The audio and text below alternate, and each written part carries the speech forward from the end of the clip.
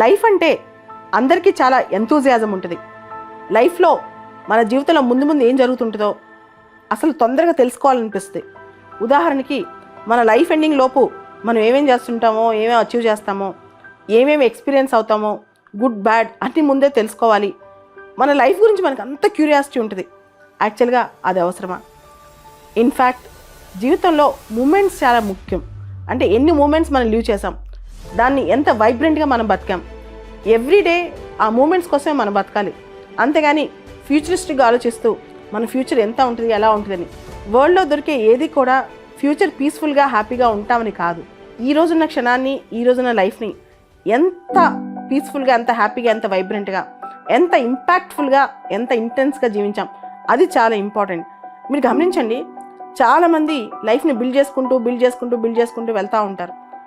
అలా బిల్డ్ చేసుకుంటూ వెళ్తూ సడన్గా ఒకసారి సక్సెస్ చూస్తారు, లేదా ఫెయిల్యూర్ చూస్తారు.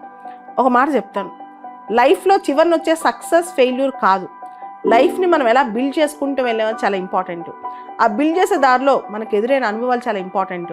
చాలా జీవితాల్లో మనం చూస్తే జీవితాన్ని మనం ముందుకు తీసుకెళ్లేటప్పుడు, ఉదాహరణకి మన లైఫ్లో ఒక టార్గెట్ పెట్టుకుంటాం, దానికోసం పనిచేస్తూ పోతాం అహర్నిశలు, రాత్రి పగలు కొన్ని సంవత్సరాలు. ఆ బిల్డ్ చేసేటప్పుడు వచ్చిన ఎక్స్పీరియన్స్ జీవితం, అంతేగా నా తర్వాత వచ్చిన సక్సెస్ ఫెయిల్యూరో కాదు. జీవితం వచ్చే అనుభవాలు, ఆ వైబ్రెన్స్ అనేది ఆ బిల్డ్ చేసేటప్పుడే ఉంటుంది అనమాట.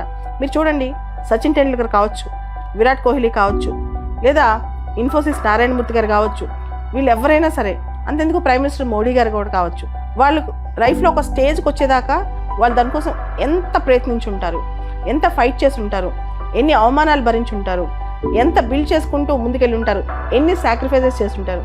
నేను ఒక చోట ఇన్ఫోసిస్ నారాయణమూర్తి గారి స్టోరీ చదువుతున్నప్పుడు ఆయన ఇంటర్వ్యూలో క్వశ్చన్ అడిగారు, నీ లైఫ్లో ఏమైనా రిగ్రెట్స్ ఉన్నాయా, నువ్వు దేనికైనా బాధపడ్డావని.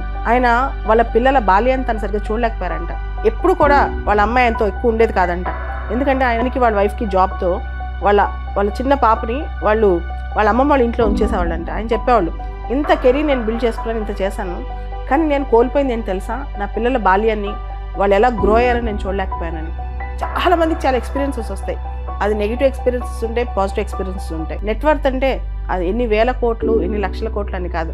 నెట్వర్త్ అంటే జీవితంలో మనకి ఎన్ని అనుభవాలు ఉన్నాయి, జీవితాన్ని మనం ఎంత ఆస్వాదించాం, ఆ జీవితంలో మనం ఎంత నేర్చుకున్నాం. ఎక్స్పీరియన్స్, చాలామంది అనుకుంటారు అన్ని గుడ్ ఎక్స్పీరియన్సెసే రావాలని. అవసరం లేదు. అది గుడ్ అయినా బ్యాడ్ అయినా, ఎక్స్పీరియన్స్ ఈజ్ లైఫ్.